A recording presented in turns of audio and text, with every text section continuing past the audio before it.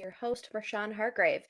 And I actually really like how this content came together because one thing that we do in my co working groups quite often is name the voices we hear in our head. And that might sound a little silly, but I think that this is life. Let's have a little fun with it. Um, but what we do is there are so many voices that go on inside of our head, and I like to relate it a lot to the movie Inside Out. If you haven't seen Inside Out, definitely go watch it. I'm actually really excited to see Inside Out too. Could not see it in theaters as someone who is has recently been diagnosed with anxiety and ADHD, and I'm still processing that. I think seeing a movie about anxiety would have um left me a mess in the theater. But anyways, I I like taking the voices that we hear in our head and giving them names just like they do in Inside Out. And so if you haven't seen the movie Inside Out, it's this girl, she's 10 or 11, and they have all the characters. Amy Poehler plays Joy, Louis Black plays Anger. And so you see inside of her mind as she's going through big life changes. And this happens to us in business. And I think one of the hardest parts and why entrepreneurship can feel so lonely is because when we have those voices and they come up, it's hard for us to identify them, or we try to like pretend they don't exist, or, believe them more than we should. And so when we're in the co-working group, there's sometimes where someone's like, oh, but I don't know, and da da da. And it's like, okay, let's talk to that voice that's going on inside your head right now because it's not kind, helpful, or true. And so we come up with names for them and then we talk to them. And it's not about being like, how dare that voice ever come inside of my head? It's, I hear you. I understand where you're coming from. Thank you. We're going to take this action anyways. So, the what we're going to be discussing today are the f- the five voices that stop you from prospecting. As you may or may not know, I recently launched a prospecting course. It's called Sales Prospecting Simplified. I think that learning how to prospect and actually going through with the actions of prospecting will transform your business. There's a lot of sales content out there, but this course really hones in and puts a spotlight on the prospecting piece of it, because you can't get good at negotiating, closing, pitching, onboarding until you start to have more conversations, which happens in the prospecting phase. And so I was thinking about the prospecting phase and what stops people from doing it. And so I thought through like the top 5 reasons why people don't prospect. And then I put some names to them and what types of conversations they may be having inside of your head that may be stopping you from doing it. Because I think that the first piece of it is awareness, like just becoming aware of the voices that are going on inside of your head, aware of the conversations that you're having, and then you can bring intention to them. So that's when you can say, no, no, okay, we're going to switch this thought, or I hear you, thank you, I understand you're trying to keep me safe, but I need to take this big action anyways, because prospecting is scary. It is, you're opening yourself up for rejection, you're opening yourself up to being very vulnerable. And so, what just said? You're opening yourself up to being very vulnerable. And so it's normal that these um voices come up, and it's our job as entrepreneurs. Amanda Francis says sales is a commitment to your calling. And so really stepping back and saying, why do I think this is important? And let's take action on it, even though that those emotions are real. Okay. So we're going to get into the 5 voices that you hear that are stopping you from prospecting. Number 1 is Fearful Frank. And this one is probably like the most eh, the most like basic and raw emotion. And Fearful Frank is, what if they hate me? What if they don't like it? What if they say no? What if they're mad at me because I'm cold calling them in the middle of their day? There is a lot of natural fear that comes up when prospecting. Again, very normal, very raw. And I think it's an emotion we can identify very easily. And so, Fearful Frank comes in, and when you're about to prospect and bombards you with all of the like, I think Fearful Frank really catastrophizes. And that's one of my favorite words, even though it's like terrible word. It's the opposite of my other favorite word, which is terrified and excited. Um, but Fearful Frank really catastrophizes. And I think this comes from our genetically we're built because for a long time, if you didn't follow community, you were ostracized from your group, like back when we were hunters and gatherers, then you would starve, you would die. And so our brain is wired to catastrophize, to like, if you go outside the norm, you will die. And that's, even on my co-working session last week, I was telling them that like, I hit the submit button and I published my sales course, and I was like so overwhelmed by like, oh my god, I can't believe I just did that. Like, holy smokes. And so someone was like, but did you die? Like from, I think it's from The Hangover. I've never seen The Hangover, but I feel like I've seen memes from that. Anyways, and we won't die. Like when we hear no, when we put our stuff out there, whether people like love it, hate it, are um like, what's the word? Like, don't care about it at all, um, we didn't die. Like, and that's the thing. Sometimes it's like we're so afraid to put our stuff out there for because we're so fearful. Thank you, Fearful Frank. And then it's like, oh, okay, we didn't die. Um, and so I just like to say to Fearful Frank, thank you. I hear you. It is scary. Like your emotion is valid, and I'm going to take action anyways. So, emotion number one is Fearful Frank. Emotion number two is Avoidance Annie. And that, sometimes when we talk ourselves down from one emotion, it likes to have a quick wardrobe change and show up as something else. And so sometimes it's Avoidance Annie, like, oh, that thing is makes me really uncomfortable.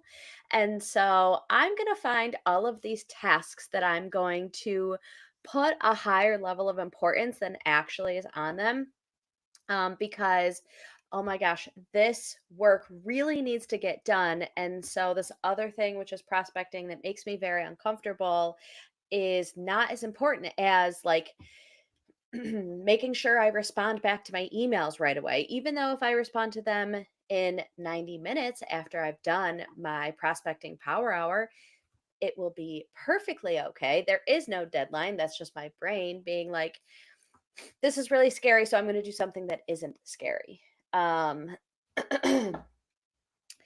and so Avoidance Annie just likes to find other ways to do things that are more comfortable than prospecting. This was actually kind of how I started High Vibe Cowork. When I was doing prospecting at my highest level, I was making about 250 cold calls per week.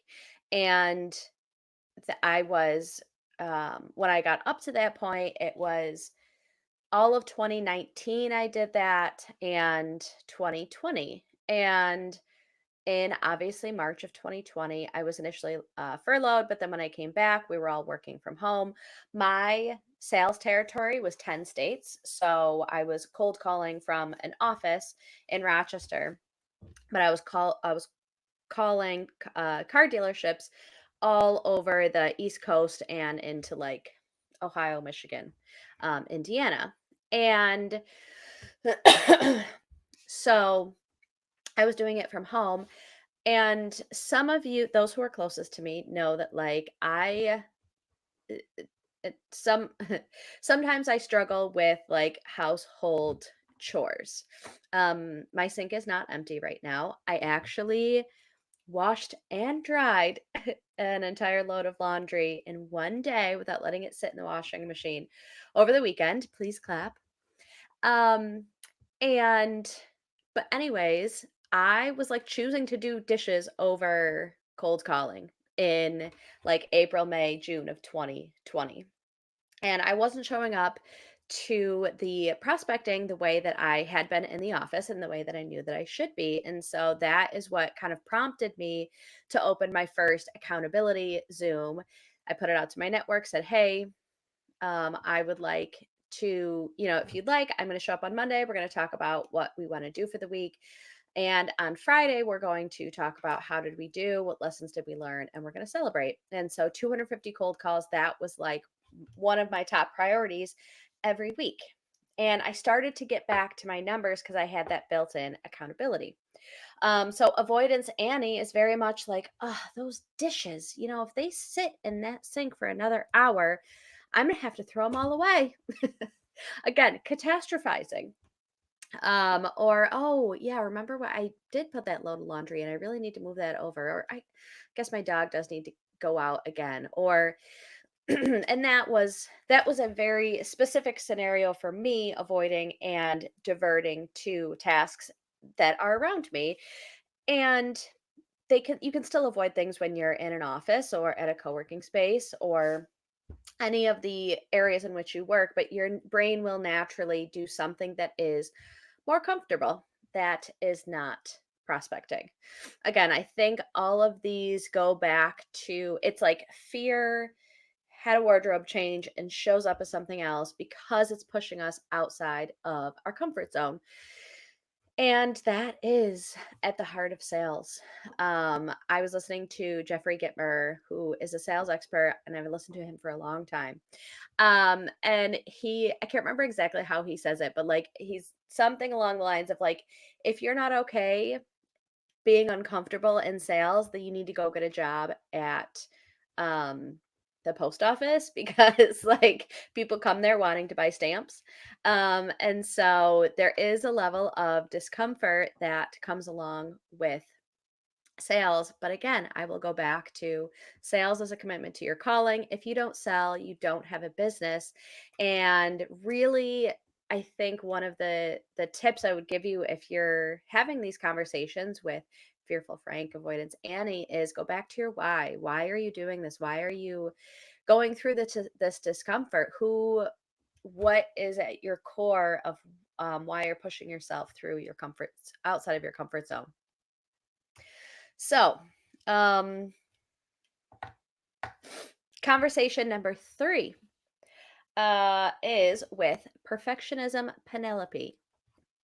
Um, and this, again, is another frequent one that we tend to lean into, especially because I think that a lot of people who are entrepreneurs, they are go getters, they um, have certain levels of like type A personality in them. And it's like, if I just learn this, if I just do this, if I just get it perfect, I think we like to think in our heads, like, if I have the perfect course, if I have the perfect landing page, if I have the perfect script, then everybody will buy.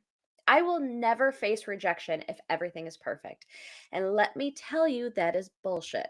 That is your brain, again, trying to keep you safe and small. So we're going to say perfectionism Penelope. That may be a little bit too long.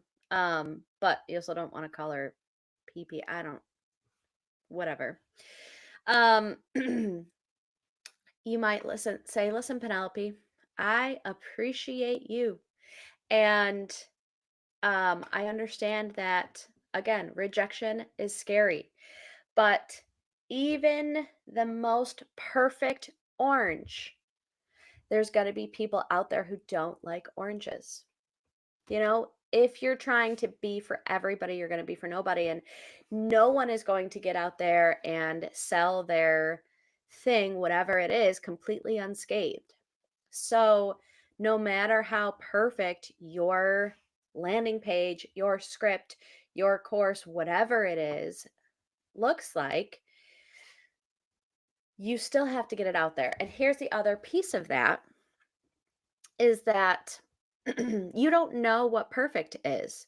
You don't know what the just right thing is until you get it out there, until you really start selling. Um, and having those conversations. So, you thinking like, if I just either educate myself more, spend more time on it, tweak it, then it'll be perfect. But and then you start getting it out there. And, one of the things that I'm working through right now and talking about sales is I think I am most impactful in helping solopreneurs sell. And in conversations I've had with my dad, he's like, I think there's a lot of people out there who don't consider themselves entrepreneurs, solopreneurs. They maybe don't identify with that as a word. And so you're trying to sell to them, but they don't identify with that as who they are yet, even though your course really could help them. And so we just are talking about the verbiage. And so I don't know what the answer to that is until I start to have conversations, until I start to put it out there. And he doesn't know my audience as well as I do. I think a lot of my audience does identify with that. But I may be wrong. So I'm putting some stuff out there and I'm going to see, does my audience identify with that? And that's part of why there is a science to sales, because you start to put stuff out there and gather back the data and say, is this actually true? Does it align with what I thought was going to drum up business? And so perfectionism Penelope is saying, well, it has to be perfect before I put it out there, but um you don't know what, there is no such thing as perfect, obviously, but you don't know what's going to work until you really start to put yourself out there. And so, um, what I like to exchange perfectionism with is curiosity. I think that curiosity kind of like sheds a lot of the shame that comes along with these conversations, with all of these kind of conversations we're talking about today, and saying, I like to say I'm in my Thomas Edison era. I'm figuring out what does work. I'm figuring out what doesn't work. I'm going to figure out a lot of things that don't work. I really thought that I could create groups around real estate agents, kind of in different areas, coming together and figuring out what helped. And none of the conversations I had with real estate agents led to any business. So that was a I learned a lot during that quarter. So, um, and no matter how perfect my landing page, no matter how perfect my script, that just wasn't the audience for what I was offering. And now we know. And it says nothing about me as a business owner or what I was offering. It just wasn't a good fit. And I didn't know that until I started to put myself out there. So, um, conversation number 4 is self-sabotaging Sally. And these are the conversations when you start to hear, this is so dumb. No one will buy this. Who do I think I was to try to put out there this sales course for me? Like last week when I put my sales course out to my email list, I'm like, okay, I have like not a huge number of people on my email list, but like chances are someone will buy um after I put this out to my email list. And I, in full transparency, sold 0 to my email list last week. No one bought. And I went into self-sabotaging Sally mode for sure. This is so dumb. Who do I think I am? Like, why did I do this? Like all of the things, the fear that comes up around the pivot were all like reaffirmed with that. And if it were one of my clients and they said this, I'm like, okay, so you put something out to someone one time and you're shocked they didn't buy. Like, of course, that's not how sales works.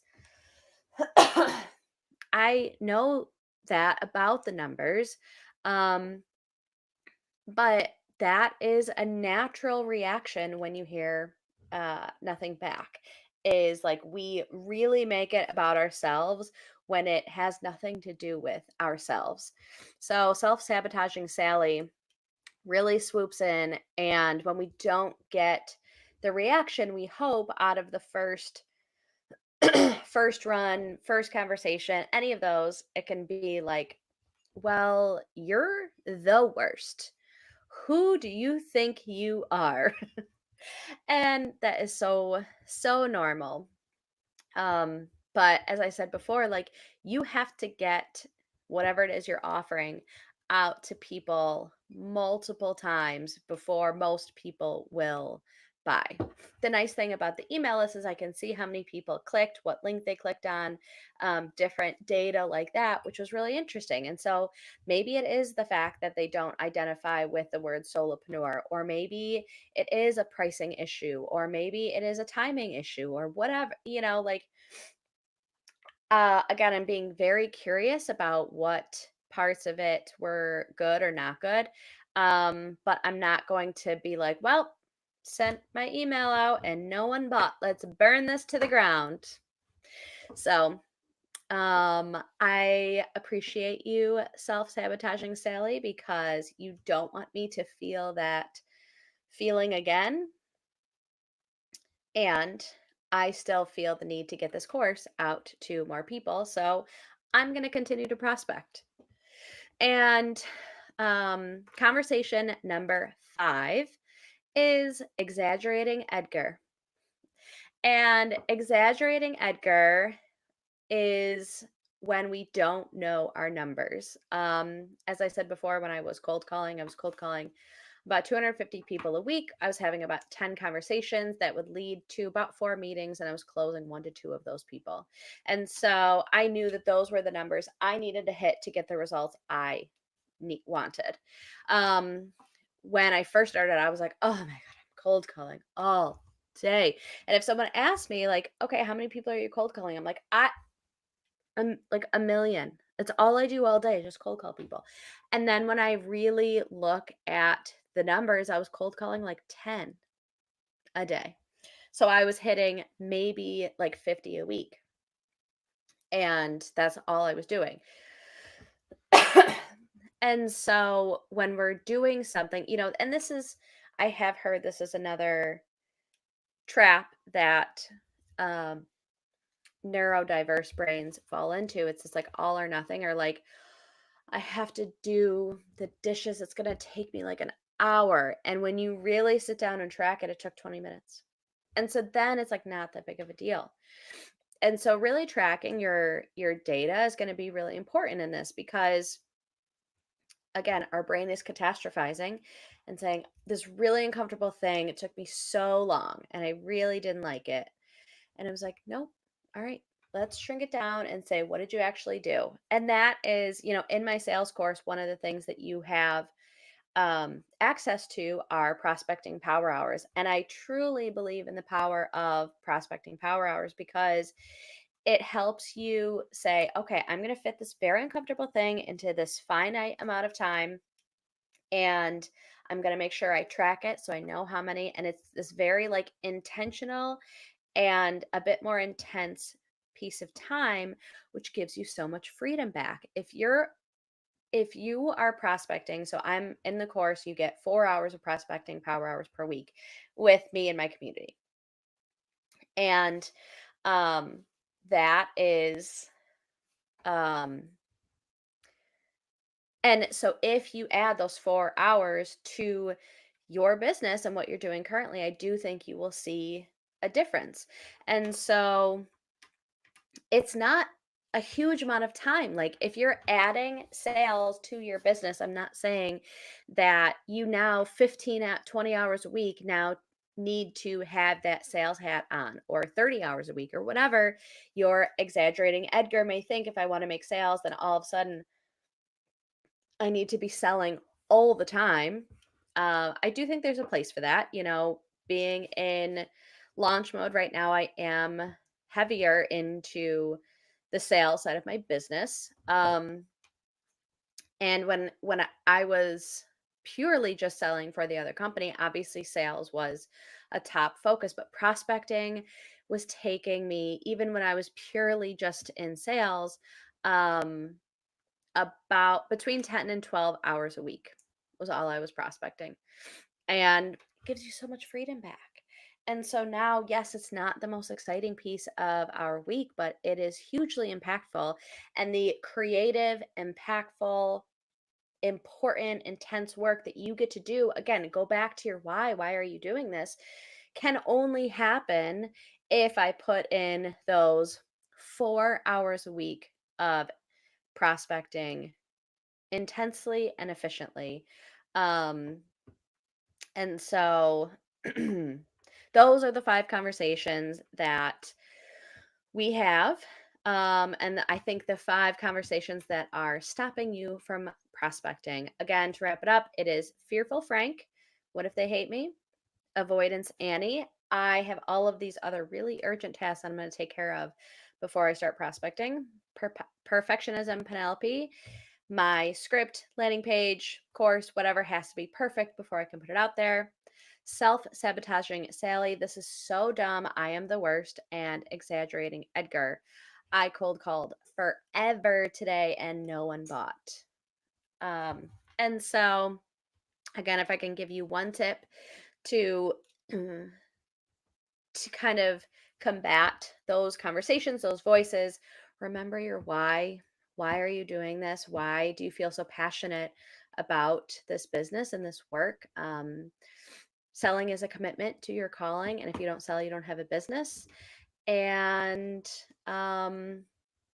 yeah, if you want to learn more about the sales course, I would love to have you. I think it's going to be really incredible. And I will put the link in the show notes. And until next time, remember that big dreams and small steps will transform your life.